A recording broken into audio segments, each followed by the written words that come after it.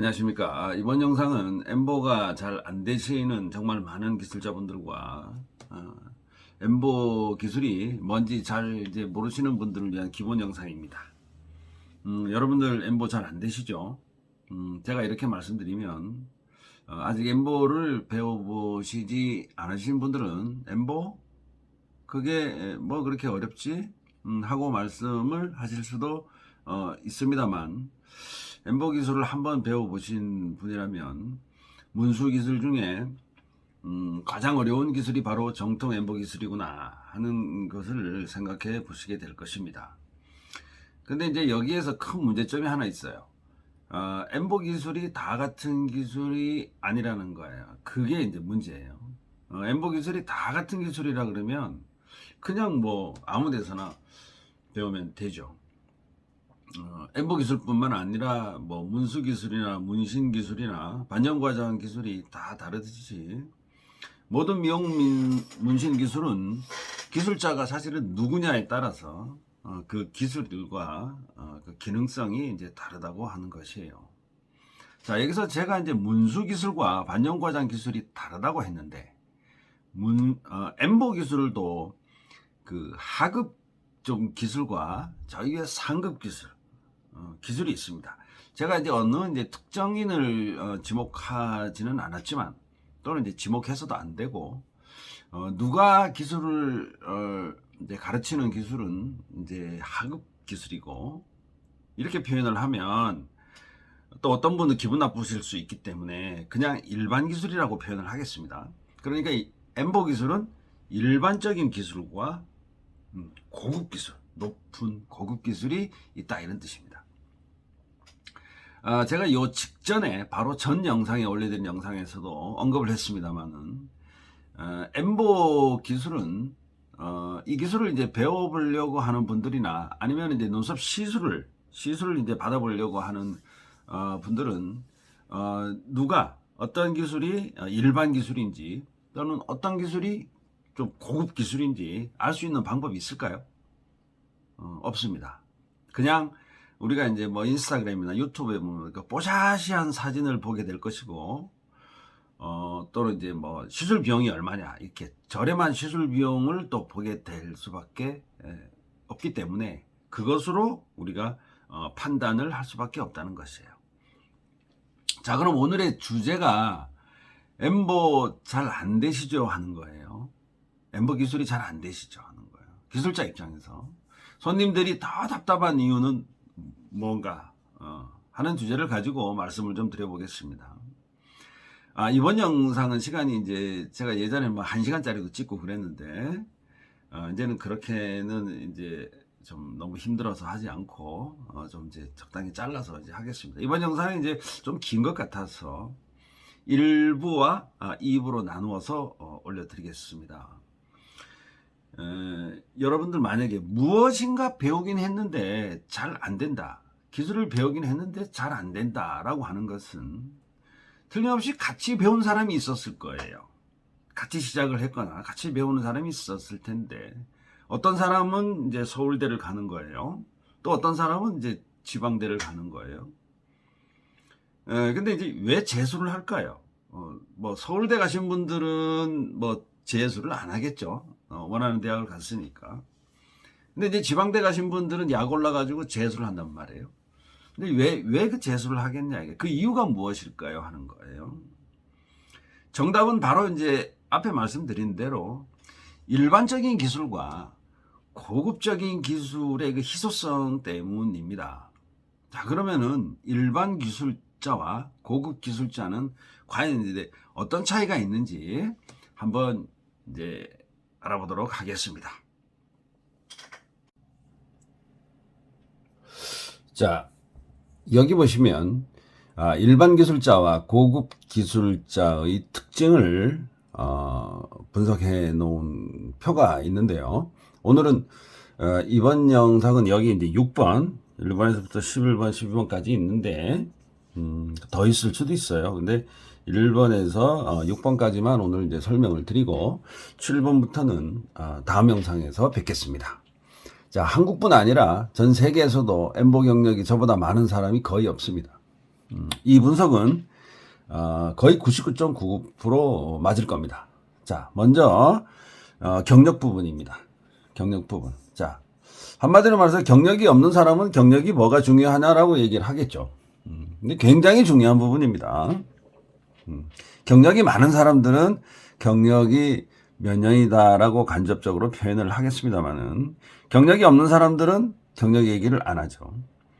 자, 일반 기술자는 표면적으로 보면 경력이 그냥 적은 거예요. 없어요. 몇 년 안 돼요. 자, 고급 기술자는 경력이 많습니다. 보기에 여러분들 이 경력은 속이는 경우도 많기 때문에 경력은 프로필에 들어가셔서 해당 분의 프로필에 들어가셔서 보시면 되고, 직접 만나지 않고 한눈에 알아볼 수 있는 것이 바로 이 경력인데요. 그 사람의 경력은 그 기술자가 운영하는 홈페이지나 등등에서 보시면 경력이 나와 있기 때문에 한눈에 알 수 있습니다. 그런데 이 경력을 보실 때에도 문수 경력이나 반영과장 경력을 정확히 보셔야 하는데, 다른 미용 뷰티 기술 과목의 경력을 보시면 완전 실수하는 것입니다. 자, 여기 보시면 일반 기술자는 문수나 반영과장 실전 경력이 적고 고급 기술자는 여기 많습니다. 이건 프로필에 보신다고 했어요.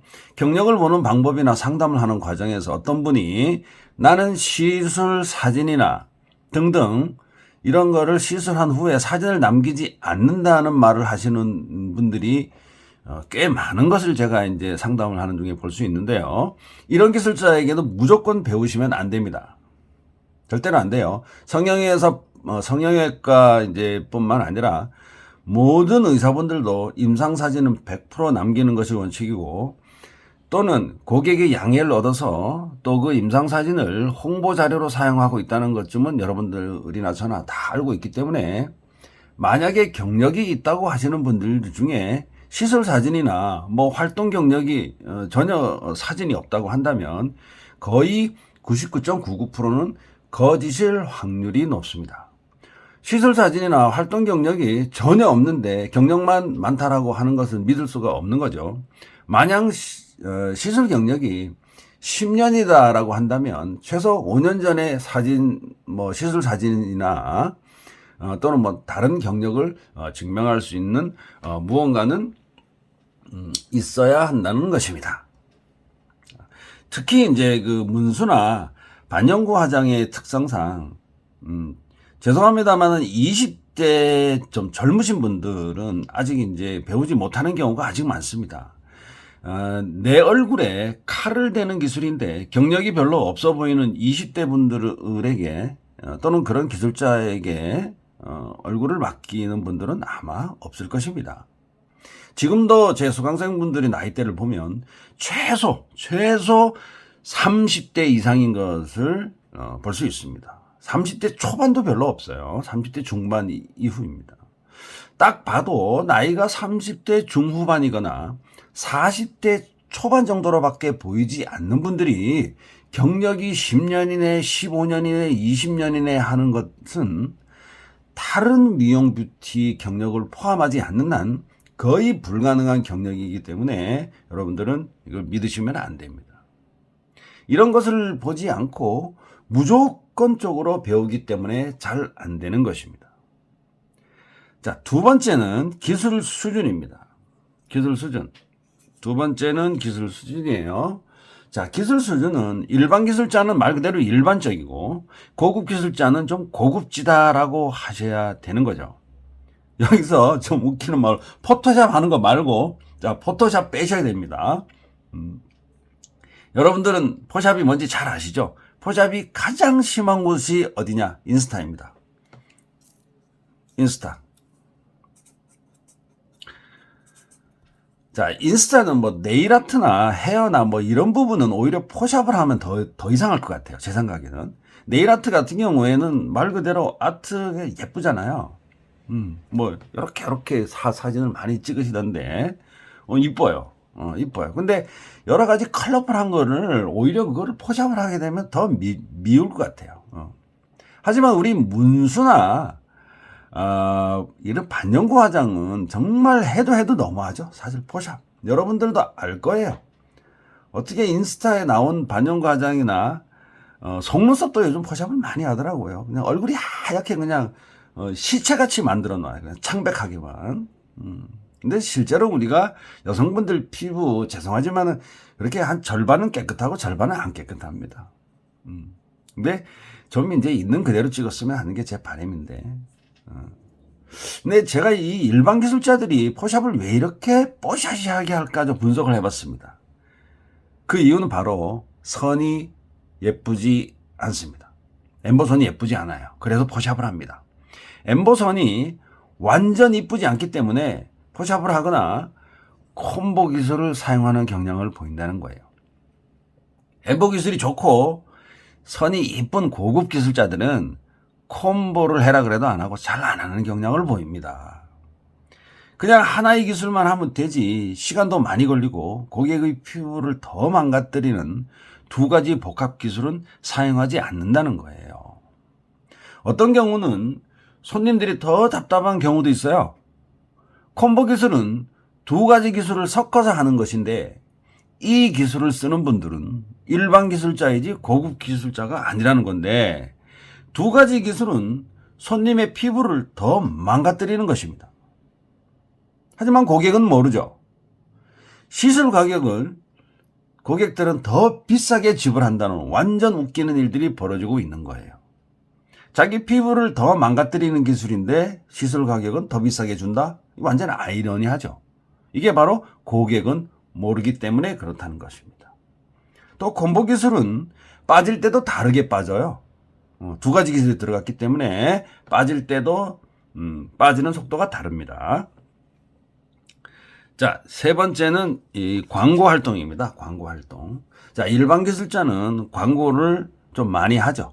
많이 하고 고급 기술자는 광고를 그렇게 많이 하지 않습니다. 뭐 광고를 많이 하는 것은 자유입니다. 앞에서 말씀드렸듯이 포샵을 하는 거 말고 또 하나 굳이 말씀드리면 이렇게 좀 잘못된 광고, 거짓 광고예요. 거짓말 광고. 과학적이고 공학적으로 설명할 수 없는 거짓 광고가 좀 많습니다. 사실은. 엠보 눈썹을 광고하는데 여러분들도 보셨듯이 4D, 5D, 6D, 7D, 8D, 9D 뭐 이런 거 보셨죠? 자, 이렇게까지 광고를 하는 것은 저나 여러분들도 아마 보셨을 거예요. 저는 아직까지 3D 엠보라고 광고를 하는데 기술을 배우시려는 분들은 이렇게 4D, 5D, 6D, 9D까지 광고를 하시는 분이 계신다면 한번 여러분들 입장에서 한번 근거 자료를 한번 달라고 해보시면 아주 간단히 진짜와 가짜를 구별할 수가 있다는 것이에요. 4D, 5D, 6D, 7D, 8D 이렇게 광고하시는 분들은 그 기술에 대한 과학적 자료가 없어요. 뭐가 4D냐, 뭐가 5D냐라고 물으면 본인도 설명을 못 한다는 거예요. 그래서 고급 기술자는 이런 용어, 허무맹랑한 용어는 사용하지 않습니다. 자, 네 번째는 이 대외 활동입니다. 대외 활동이 아니고 대회 활동입니다. 상장을 많이 받은 분이라면 광고에 상장을 많이 받은 게 나와. 그러면 그 사람은 일반 기술자일 확률이 많습니다. 상장 치장을 많이 해놨어. 인테리어를 많이 해놨어. 한쪽 벽면이 상장으로 꽉 차 있어. 그러면 그분은 일반 기술자일 확률이 거의 많습니다. 고급 기술자는 대회에 오라고 해도 창피해서 안 갑니다. 쪽팔려가지고 안 가요. 참가하면 다 주는 상장 받아서 뭐 하게. 그래서 대회 나가시는 분들이 뭐 광고의 일환으로 홍보의 일환으로 이런 거를 이제 받아가는 거죠. 자, 다섯 번째는 이 광고 용어입니다. 광고 용어. 자, 광고 용어입니다. 자, 광고 용어 중에 어떤 게 있냐 하면은 최초, 최고, 최다, 그다음에 뭐 하나밖에 없는, 그다음에 어디에도 없는, 그다음에 뭐 인증, 그다음에 유일, 천연색소, 자, 이게 굉장히 민감한 단어예요. 만약에 의사들 같은 경우에 이런 용어를 썼다. 이런 용어를 썼다. 그러면 앞에 말씀드렸듯이 대한의사협회 광고심의필 규정에 의해서 반드시 심의를 받아야 됩니다. 이거 대한민국에서 쓸 수 있는 의사들이 한 분도 안 계세요. 못 쓴단 말이에요. 일종의 공정거래 위반이 되는 거예요. 누구는 최고라는 용어를 쓰고 누구는 최다 이런 얘기를 못 써요. 아마 의사 선생님들 중에서도 이 최고, 최초, 최고, 최다, 유일 인증 이런 용어를 쓰고 싶어하는 의사 선생님들이 거의 99%일 거예요. 엄청나게 많습니다. 이런 용어를 못 써요. 왜? 쓰게 하면 다 쓰니까. 그러면 고객은 분별의 가치가 없어지는 거죠. 누가 진짜 최고인지 누가 모르는 거예요. 그래서 이제 반영 과정도 이게 합법화가 되면은 이런 용어를 쓸 수 있는 사람이 없어지는 거예요. 아무나 못 써. 단지 뭐냐면 증빙 자료가 있는 경우에는 가능합니다. 최고, 최초, 최다, 최고, 유일, 하나밖에 없는 또는 뭐 어디에도 없는 그다음에 인증받은 뭐 유일한 그다음에 뭐 천연색소 뭐 이런 용어는 그거를 검증받은 자료가 있을 공인된 자료가 있을 경우에는 이런 용어를 사용할 수가 있습니다. 아주 민감한 용어예요. 민감한 용어라고 하는 것은 아무나 사용해서는 안 되는 용어라는 것이죠. 하지만 일반인들은 이런 용어를 그냥 믿어버린다는 거예요. 미용 뷰티 분야는 경쟁력이 치열하다 보니까 서로 신고하는 일도 비일비재하게 발생을 하죠. 또는 용어를 잘못 쓰기만 해도 동종업계에서는 신고가 들어갑니다. 여러분들도 만약 이런 용어를 사용하시는 곳이 있다라고 한다면 관련 증빙 자료를 보자고 하면 아주 간단하게 진짜와 가짜를 구별할 수 있습니다. 여러분들이 보자고 하지 않으니까 그냥 광고를 막 하는 거예요. 엉터리로 그냥 배우게 되는 거죠. 그냥 믿어버리면.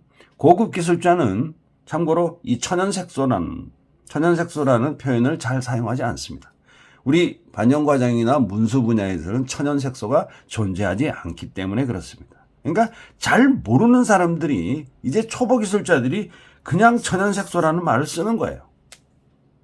자기만 사용하는 것처럼. 그렇지 않죠. 천연색소는 존재하지도 않는데.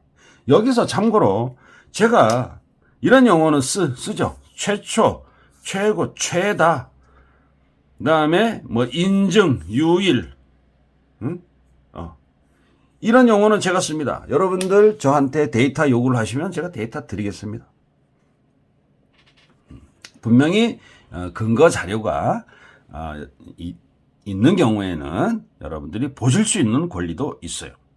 왜? 수강료 자체를 몇백만 원씩 지불해야 되기 때문에. 자, 여섯 번째는 바로 이제 시술 특허입니다. 이건 조금 이제 기술적으로 좀 어려운 부분이긴 한데 설명을 드려보겠습니다. 반영구 화장 시술 분야의 특허를 말씀드리는 건데요.